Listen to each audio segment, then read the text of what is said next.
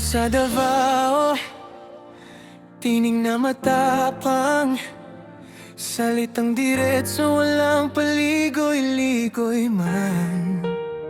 Sa lansangan ng takot, pangakong pagbabago, may kamaong bakal, may pusong Pilipino. Minahal ng marami, kinontra ng ilan. Sa bawat desisyon, may bigat na pasan. Si Duterte, tinawag na tatay.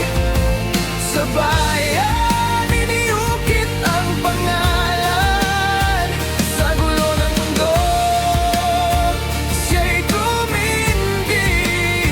Sa sariling paraan, lumaban at nagwagi.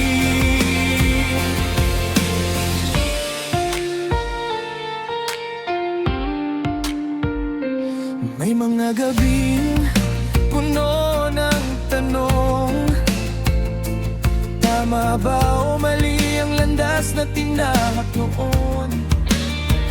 Pero sa mata ng taong lansangan, may leader na di takot manindigan. Hindi perpekto, may sugat ang kwento.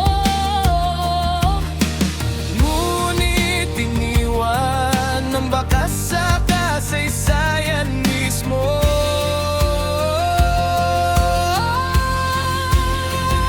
Si Duterte, tinig ng tapang, para sa ilang pag-asa ng bayan. Sa bawat sigaw, sa bawat galit, may hangaring ayusin ang maliit baluktot. Panahon ng hahatol sa kanyang pangalan.